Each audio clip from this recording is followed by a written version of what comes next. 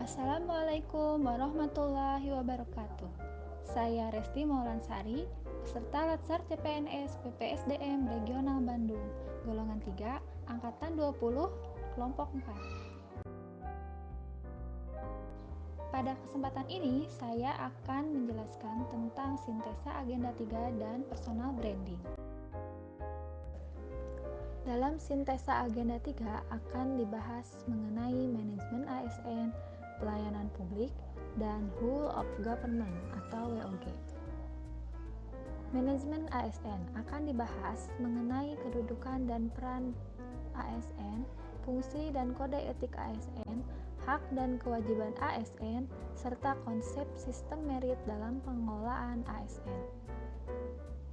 Sementara itu, dalam pelayanan publik akan dibahas mengenai konsep pelayanan publik, unsur dan prinsip pelayanan publik, serta etika pelayanan publik. Sementara dalam whole of government atau WOG akan dibahas mengenai konsep WOG, latar belakang dan pelayanan dari penerapan WOG. Manajemen ASN. Pengelolaan ASN bertujuan untuk menghasilkan ASN yang profesional, memiliki nilai dasar, etika profesi, bebas dari intervensi politik, bersih dari praktek korupsi, kolusi, dan nepotisme. Manajemen ASN lebih menekankan pada peraturan profesi pegawai sehingga diharapkan agar mampu selalu tersedia sumber daya aparatur sipil negara yang unggul selaras dengan perkembangan zaman. Kedudukan ASN yaitu menjalankan kebijakan yang telah ditetapkan oleh pimpinan instansi pemerintah. Kedudukan ASN berada di pusat, daerah, dan luar negeri. Tapi ASN merupakan satu kesatuan. Kesatuan dari ASN ini sangat penting demi terbentuknya ASN yang profesional dan berkompetensi yang baik. Sedangkan peran ASN yaitu sebagai perencana, pelaksana, dan pengawas penyelenggara tugas umum pemerintahan dan pembangunan nasional. Selanjutnya adalah fungsi ASN dan kode etik ASN. Fungsi ASN diantaranya sebagai pelaksana kebijakan publik, pelayan publik, dan perekat serta pemersatu bangsa. Dan kode etik ASN disesuaikan dengan Undang-Undang Nomor 5 Tahun 2014 yang di dalamnya dijelaskan bahwa ASN harus berperilaku jujur, adil, berintegritas, disiplin, dan akuntabel. Hak dan kewajiban ASN. ASN berhak atas kesejahteraan dan pengembangan kompetensi, sedangkan kewajibannya adalah melaksanakan tugas sesuai dengan tanggung jawabnya. Selanjutnya adalah konsep sistem merit dalam pengelolaan ASN. Sistem merit merupakan kebijakan dan manajemen ASN berdasarkan pada kualifikasi kompetensi dan kinerja secara adil, wajar, tanpa membedakan latar belakang, ras, politik, warna kulit, agama, asal-usul jenis kelamin, status perkawinan, umur, atau kondisi kecacatan. Dengan kata lain, pengelolaan sistem merit berdasarkan kualifikasi, kompetensi, dan kinerja ASN.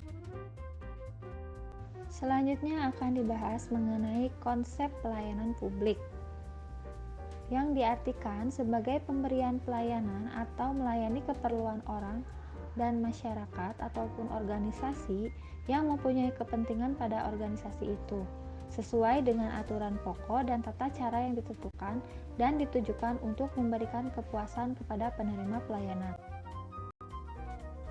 Dalam pelayanan publik, ada unsur penting yang harus diperhatikan. Pertama adalah organisasi penyelenggara pelayanan publik. Yang kedua adalah penerima pelayanan atau pelanggan. Yang ketiga adalah kepuasan dari penerima layanan.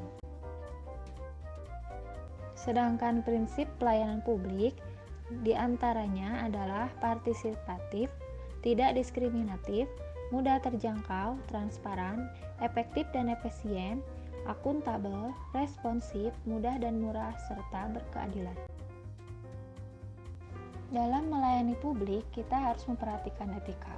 Di antaranya, sopan dalam berkomunikasi, menghormati dan menghargai, suka menolong, tenggang rasa, dan ramah.